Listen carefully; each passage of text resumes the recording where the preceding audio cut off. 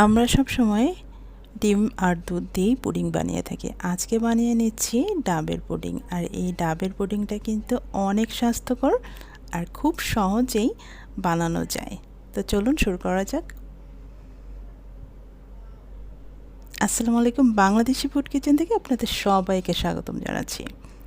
আজকে বানাচ্ছি ডাবের পুডিং। আর এই ডাবের পুডিংয়ের জন্য অবশ্যই লাগবে ডাবের পানিটা। তো আমার এখানে প্রায় 2.5 কাপের মতো পানি আছে, ডাবের একেবারে মিষ্টি পানি।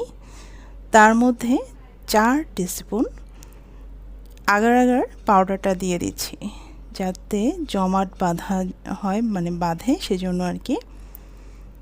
তো একে একে একেবারে 4 টিস্পুন খুব ভালোভাবে মেপে দিয়ে দিতে হবে।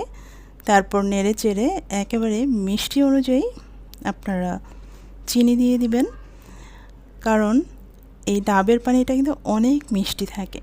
সেজন্য অনেকে মিষ্টি যদি কম খেয়ে থাকেন তাহলে কিন্তু চিনি না দিলেও চলবে। তো একেবারে সুন্দর করে মেপে মেপে আগার আগার পাউডারটা দিয়ে দিচ্ছি। এরপরে একটু নেড়ে নেব।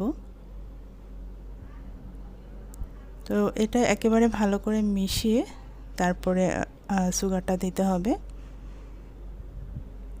আর এটা আমি যেহেতু কড়াইয়ের মধ্যে করছি, আপনারা যে কোনো পাতিলের মধ্যে করে নিতে পারেন। যেভাবেই হোক, পাতিল অথবা কড়াই বা প্যানের মধ্যে নিয়ে নেড়ে চেড়ে তারপরে চুলার মধ্যে বসিয়ে দিলেই হবে।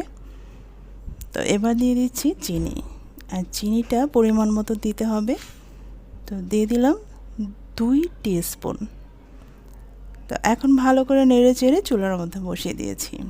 মাঝারি আঁচে এখন জাল দিয়ে নিব। একটু বলক উঠে আসলেই তারপর নামিয়ে ফেলবো। এটা খুব একটা ঘন করার দরকার নেই, বেশি সময় জাল দেওয়ারও দরকার নেই। তো একটু ফুটে উঠলে আর কি তারপর নামিয়ে নিচ্ছি।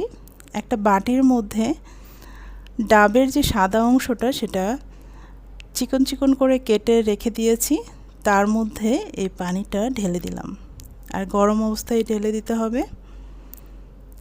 তো এটা এখন ঠান্ডা করে তারপর ফ্রিজে রেখে দিব, নর্মাল ফ্রিজে।